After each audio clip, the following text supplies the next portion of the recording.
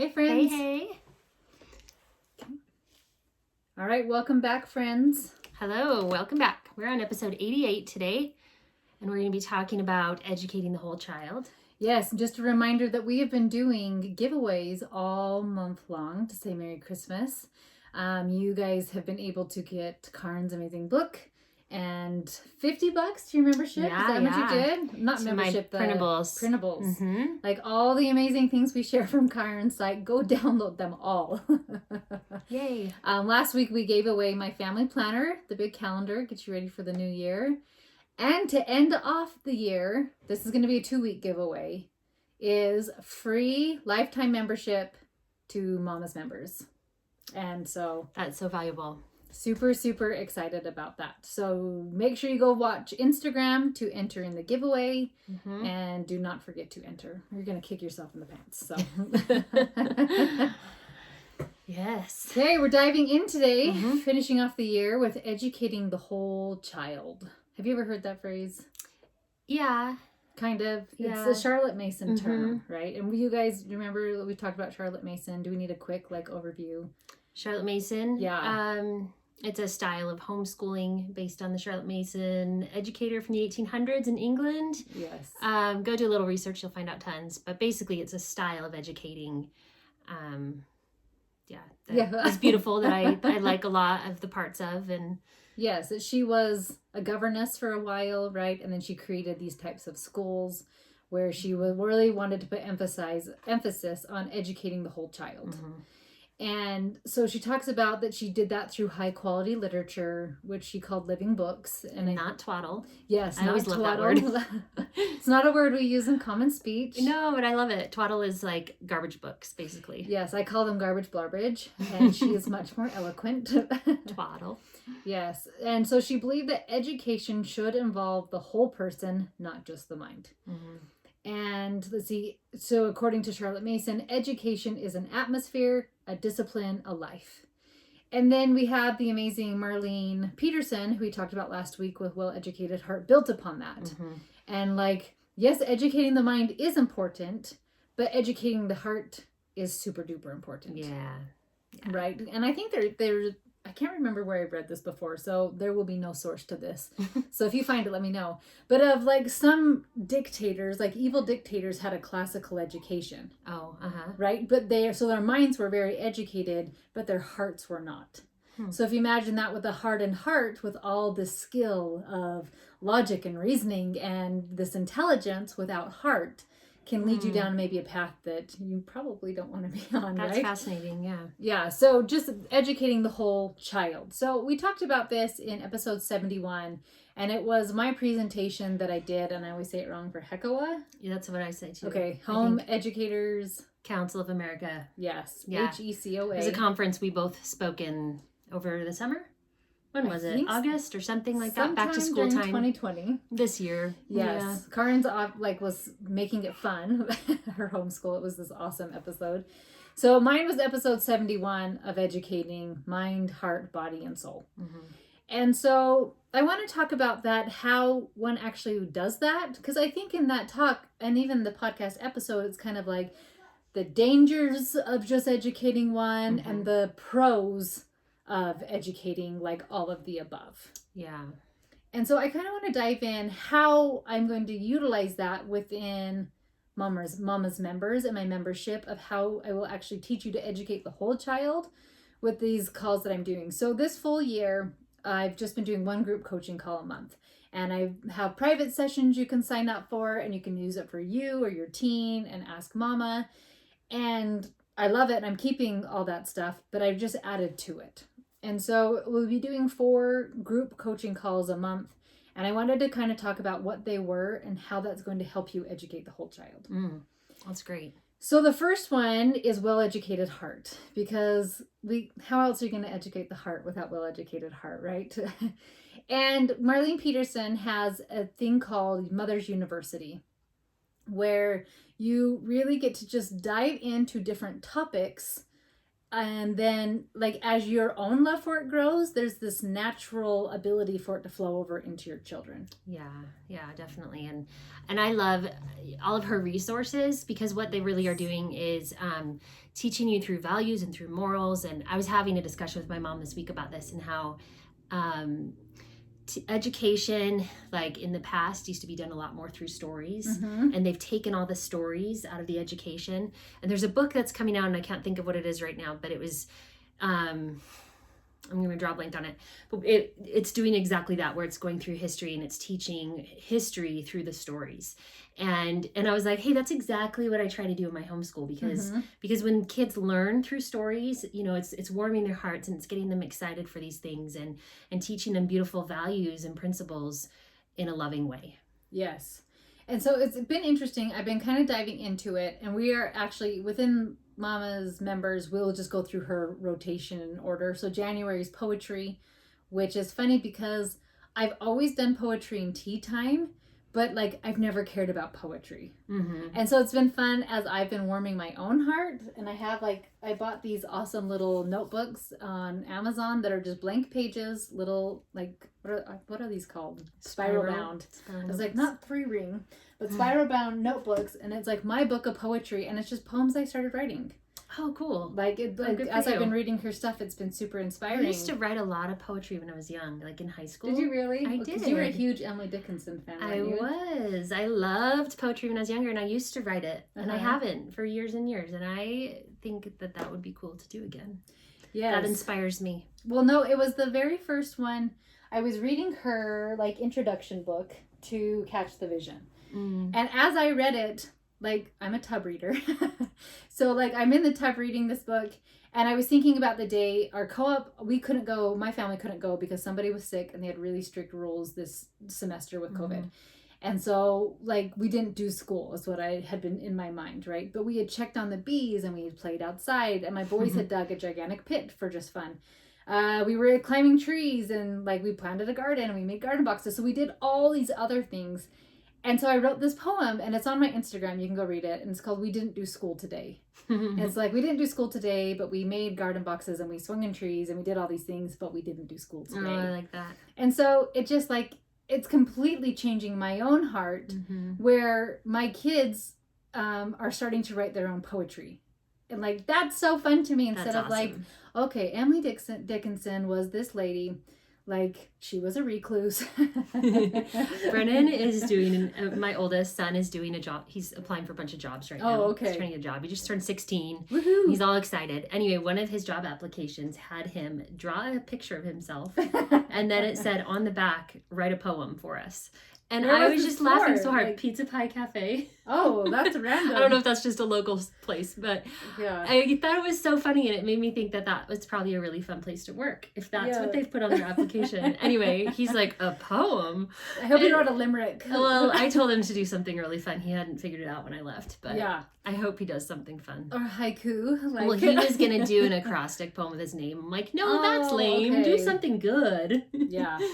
Anyway, sorry. That's funny. That's I thought it was creative. Great. Yeah. Yes. So, but I think one of the things I studied, because I've bounced around and just kind of looked at things, has been the math in Mother's University. I don't know if you've gone and read any of the articles. I actually haven't. Math, no. So, when I get excited about something, I dive all the way in. Oh, yeah. I can't half do anything. I'm either all the way committed or all the way don't care.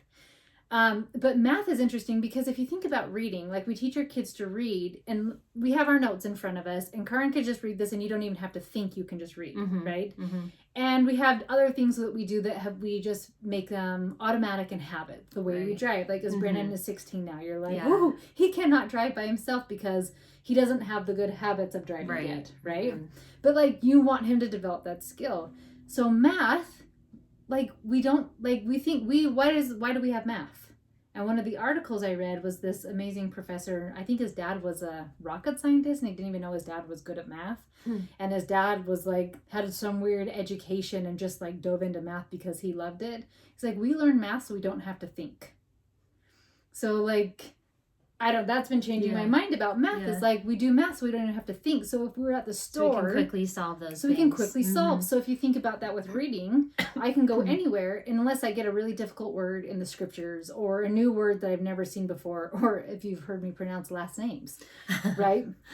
Like, I have to stop and think, like, okay, let me think, like, I know how to put all this together. So in math, it's made me, like, completely revamp our math of, like, okay, let's just make math such a habit. You don't even have to think about math anymore. I like that.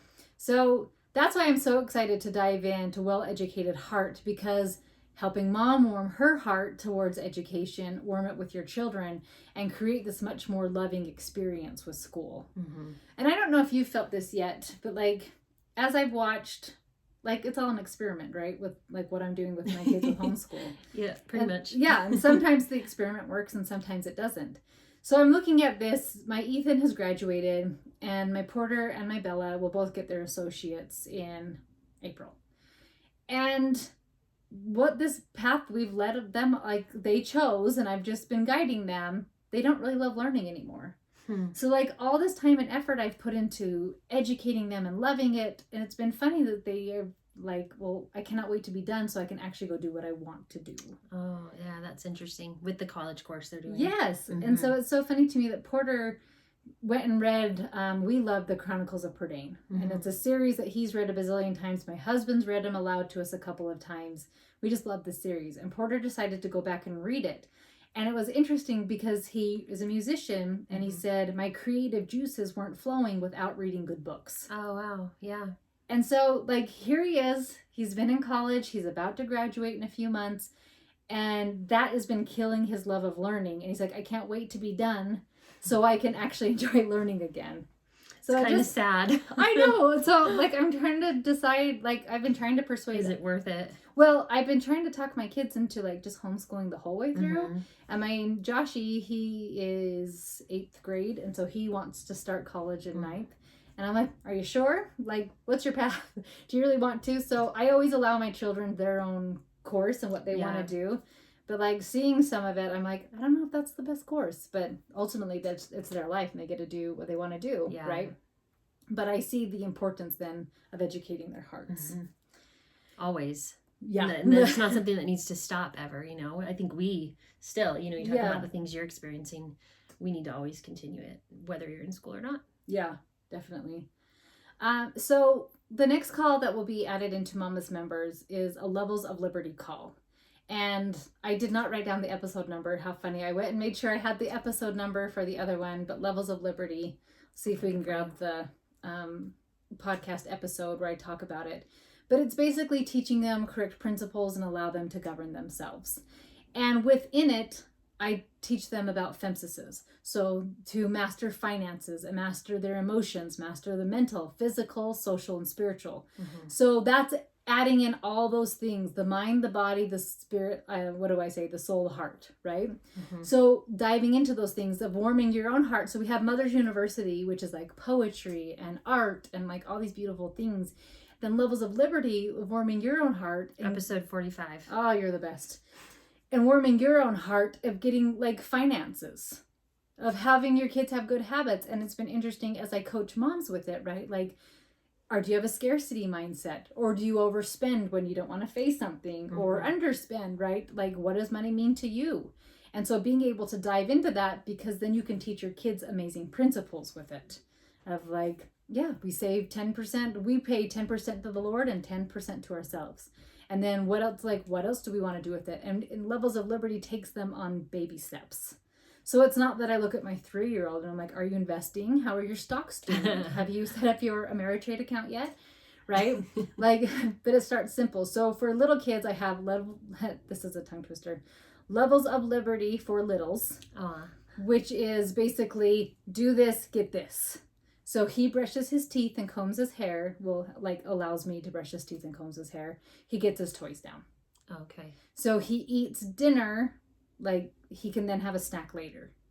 Because that was a big one where like we would make a nice dinner and he was like, I hate this is stupid. So it was learning the skill of just being able to eat what we're eating, which is funny that we had to teach him that. Oh, no. Well, no. I was going to say not really. Most kids come that way. Yeah. My kids are all that way. Yeah. So like, it's funny. And last night, one of my kids made pork chops, and he was like, "What is this? Is this steak?" And I go, "Do you like steak?" And he goes, "Yes, but I hate pork chops." And I go, "Then eat your steak." So that's funny. We used to do that to my sister. She was like, "I don't like chicken." We're like, "Well, it's turkey." Oh, okay. And if it was I don't like turkey that day, then we'd tell her it was chicken, and it worked when she was little. That's funny. So Bella did that with barbecue sauce. Yeah. I hate barbecue sauce, but love pulled pork. Oh, funny. Like, that's barbecue sauce. Yeah. But so basically, we'll be diving into those different categories to kind of warm your own heart and open up your ideas with that, with physical, and being able to then teach it to your children. And so I'm really excited about that one. I will have open coaching. That will be a call where, and that's what I did today earlier, where it was just open coaching and anything was on the table. You can talk about homeschool your children. Is that group or individual? Well, this one's group. Oh, okay. But you can sign up for private. Okay. But a lot of people I found like group coaching more. Because sometimes you learn from each other. Yes. I think that's what it is too. And for being very extroverted, like I do not like to talk about my problems openly. So it's funny. Like I don't think that's strange. But it's funny because like here I am, never shut up. But I'm like, but if you want me to dive into something, I'm like, nope, too many people can hear me. So I would get coaching on that privately. So that's basically a free for all. I did get coached the other day from my coach, and we talked about like my hang-ups with television, where my way is the right way, but apparently it's not always. So that one's fun, but this is the one call I'm so ridiculously excited about. And Karna and I was sharing it with her before we started. And I was nervous to do this call because my membership is not for members of, not like specific for members of the LDS faith, the Church of Jesus Christ of Latter-day Saints. It is open to any member, any religion or even non-religion, right? And this is kind of LDS specific. And so I did not want to add this call, but I had a really neat experience that was like, no, add this call. So it is called Parenting the Savior's Way. And I was showing Karen my notebook of this journal of being able to take things from the scriptures and apply it directly to parenting. It's so beautiful. Like, it was so fun, isn't it? Like, I can't even take credit for it. Like, it's totally inspiration, but it's diving into the scriptures and applying it to parenting, diving into LDS talks or prophets, like the prophets of, I think it's literally called Teachings of the Prophets of the Church. And so diving into like David O. McKay, what did he say? And like he'd have a section on motherhood specifically, and sections on, like, we're not going to dive into fathers. Like, we're just diving into mothers and what we can do with our families and all this beautiful things. So with some of these calls, I give a little lesson and then some coaching. Some of these calls just open coaching, right? The well-educated heart can be an open discussion as well as coaching. So these are kind of fun because I love, as you work on educating the whole child, you're really working on educating your whole self. In the process. And like we've talked about this when that episode, like, how have I grown? Right. Yes. As a mother, right? Like, think of how you as a whole person have grown. It's not just education. No, right? Definitely not. No. Like, you've gained so much more from that. So I'm really excited to do this. And as you educate your whole self, it will naturally flow over to your child much easier. Just kind of like mirroring, is that the right word? Mirroring, For well-educated heart, how she has some specific for homeschool. Like, I want the specifics for the whole person as well. So adding all that in. So if you remember, you can have a free membership to Hippie Mamas, Mamas members. So go enter the giveaway for that. On the Call to Homeschool page. Yes, on the Call to Homeschool Instagram page. Instagram. And I usually share it on mine, but you have to enter on Call to Homeschool. So you'll want to enter that, and you have 2 weeks to enter. And then just a reminder that the $100 price for a lifetime membership ends December 31st. So winner will hurry and sign up. So you're going to want to hurry and sign up for that. And all of this is starting in January, your new 4-week Yes, calls? It starts the first week of January. Okay. So each week will be a new call. Still have private coaching. Your teen can still sign up for a private session. Teens don't really want to do group coaching calls. Like, it feels super vulnerable and they're still figuring out who they are. Yeah. And that feels really exposed and vulnerable. So I will keep theirs private. Still can do Ask Mama, where you can ask me any anonymous questions, stuff like that privately. So all those awesome things come of it. You get half off of like my calendar and like anything I have, it's always 50% off. So all that fun stuff. So anyway, super excited to add all these calls and help you guys as you work on educating the whole child and educating your whole self. It's going to be so amazing. Make sure to sign up. Yeah. All right, guys. Have an amazing week. Yes. And we'll see you next week. Bye-bye.